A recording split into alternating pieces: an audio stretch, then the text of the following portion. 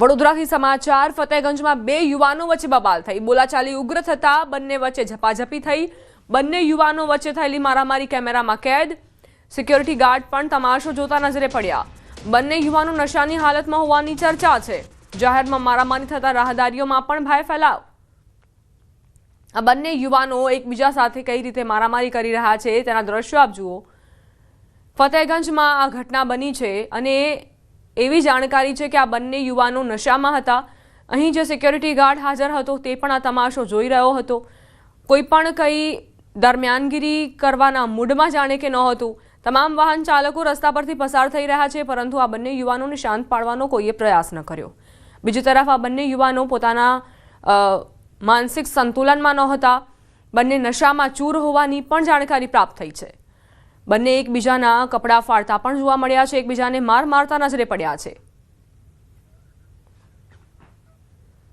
વધુ એક સમાચાર વડોદરાથી જ બેફામ બનેલા માથાભારે શખ્સની દહેશત લક્ષ્મીપુરા વુડાના મકાનની ઘટના નશાની હાલતમાં તાઇફો કર્યો જાહેરમાં અપશબ્દો બોલી આતંક મચાવ્યો નજીવી બાબતે તકરાર થતા ગળું કાપી નાખવાની ધમકી આપી એક યુવકના ગળા પર તીક્ષ્ણ હથિયાર મૂક્યું માથાભારે શખ્સની કરતૂતનો વિડીયો વાયરલ થયો છે વડોદરામાં અસામાજિક તત્વો કેટલી હદે બેફામ બન્યા છે તેના આ દ્રશ્યો પુરાવો આપી રહ્યા છે બેફામ બનેલા માથાભારે શખ્સે એક વ્યક્તિ પર ગળા પર તીક્ષ્ણ હથિયાર મૂક્યું અને આતંક મચાવ્યો તેને ધમકાવવાનો પ્રયાસ કર્યો તેને મારી નાખવાની ધમકી આપી જાહેરમાં અપશબ્દો પણ કહ્યા લક્ષ્મીપુરા વુડાના મકાનની આ ઘટના છે જ્યાં નશાની હાલતમાં એક વ્યક્તિએ એવો તાઇફો કર્યો કે વિસ્તારમાં અફરાતફરી મચી ગઈ નજીવી બાબતને લઈને તકરાર થઈ હતી જેમાં ગળું કાપી નાખવાની ધમકી અપાઈ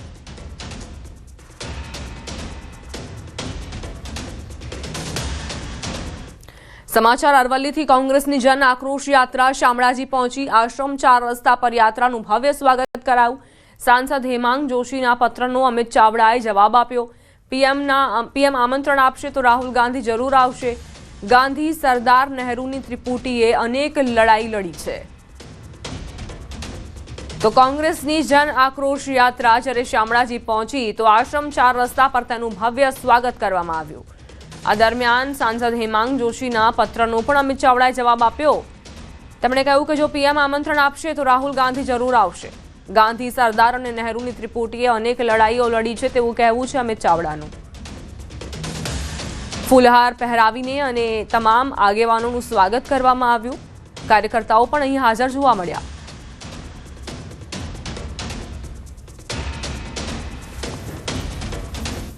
જ્યારે ગુજરાતમાં થતા હોય તો હું માનું છું કે રાહુલ ગાંધીજી લોકસભામાં વિપક્ષના નેતા છે એમને આમંત્રણ આપવું હોય તો દેશના વડાપ્રધાન નરેન્દ્રભાઈ મોદી ગુજરાતના છે નરેન્દ્રભાઈ મોદીજીએ એમને વિધિવત લેખિત આમંત્રણ મોકલવું જોઈએ તો ચોક્કસ રાહુલજી પણ એમાં સામેલ થાય અને રાહુલજીએ હંમેશા ગાંધી સરદાર નહેરુની જે ત્રિપુટી હતી અને જે દેશ માટે વિઝન આપ્યું જે દેશ માટે આગળના કાર્યક્રમો આપ્યા એને આગળ લઈ જવાની વિચારધારા કોંગ્રેસની છે એસઆઈઆરની કામગીરીની આડઅસર બાળકોના શિક્ષણ પર પડી રહી છે શિક્ષકોને ચૂંટણીલક્ષી કામગીરી સોંપવામાં આવતા શાળાઓમાં શિક્ષણ કાર્ય ખોરવાઈ રહ્યું છે સ્થિતિ એવી છે કે શિક્ષકોના અભાવથી 2 થી 3 વર્ગના વિદ્યાર્થીઓને એક જ રૂમમાં બેસાડવા પડી રહ્યા છે મહેસાણા શહેરમાં આવેલી ઇન્દિરાનગર પ્રાથમિક શાળાની વાત કરીએ તો કુલ 17 શિક્ષકોમાંથી 3 શિક્ષકો BLOની કામગીરીમાં ગયા છે 2 રજા પર છે 2 શાળાકીય કાર્યક્રમમાં વ્યસ્ત છે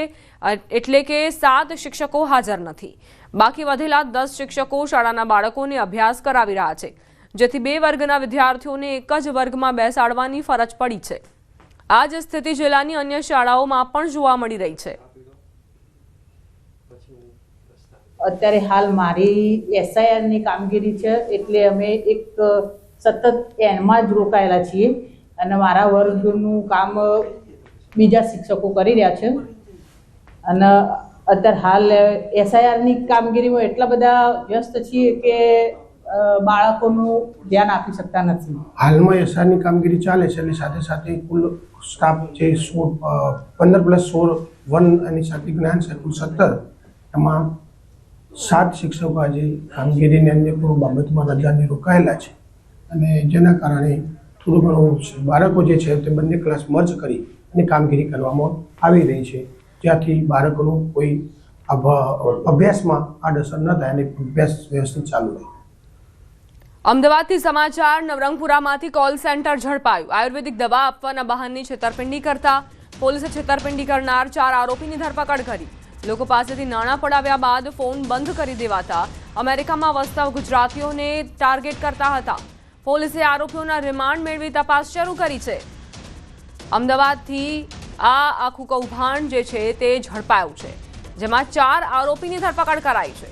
આયુર્વેદિક દવા આપવાના બહાને આ લોકો છેતરપિંડી કરતા હતા. પોલીસે છેતરપિંડી કરનાર 4 આરોપીની ધરપકડ કરી છે. તેઓ લોકો પાસેથી નાણાં પડાવ્યા બાદ પોતાનો ફોન બંધ કરી દેતા હતા. અમેરિકામાં વસતા ગુજરાતીઓ તેમના સોફ્ટ ટાર્ગેટ હતા.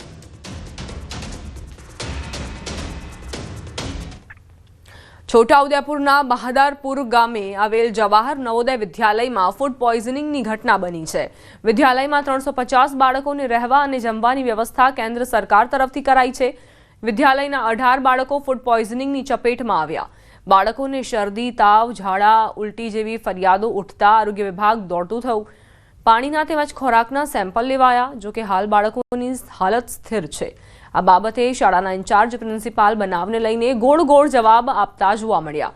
તેમણે જણાવ્યું કે આ વાતાવરણની અસર હોઈ શકે. અહીં જમવાનું સારું જ અપાય છે, પરંતુ અહીં સવાલ એ છે કે બધા બાળકોને કેવી રીતે 18 બાળકોને કેવી રીતે એકસાથે ફૂડ પોઈઝનિંગની અસર થઈ જાય.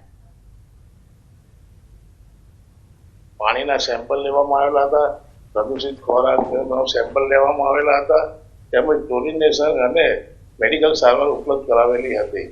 ઉલટી અને પેટમાં દુખાવાના 18 બાળકો હતા અને બીજા અન્ય પ્રકારના 10-15 બાળકો હતા, જેને પણ અમે પ્રાથમિક સારવાર સ્થળ પર ઉપલબ્ધ કરાવેલી છે. एटमॉस्फेयर की वजह से बाहर से भी खाना आता है, हमारा अंदर का खाने से नहीं है, हमारा अंदर से खाने से नहीं है, क्योंकि हम लोगों का अंदर का खाना बहुत ही हाइजीनिक कंडीशन में बनाते हैं. कल हमें ये बोला है कि कल भी आके गए हैं, उन लोगों ने देख के गए हैं कि उन लोगों ने भी तो ये एश्योर किया है कि ऐसा कोई प्रॉब्लम नहीं है. હરિયાણાથી સમાચાર. બાસ્કેટબોલ ઉપર પડતા ખેલાડીનું મોત. ઝજ્જર જિલ્લાના બહાદુરગઢની ઘટના. શહીદ બ્રિગેડિયર હોશિયારસિંહ સ્ટેડિયમમાં બની ઘટના. પ્રેક્ટિસ કરતી વખતે છાતી પર બાસ્કેટબોલ પોલ પડ્યો. હૂપમાં બોલ નાખતા આ પોલ તૂટી પડ્યો. પોલ પડ્યાનો વિડીયો સામે આવ્યો. 15 વર્ષીય અમનનું સારવાર દરમિયાન મોત નીપજ્યું.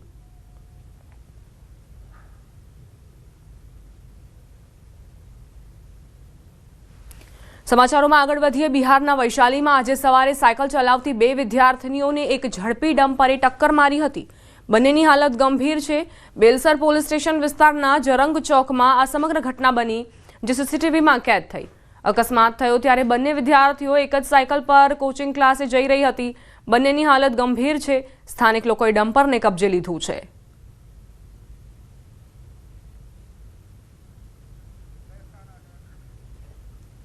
મહેસાણાથી સમાચાર.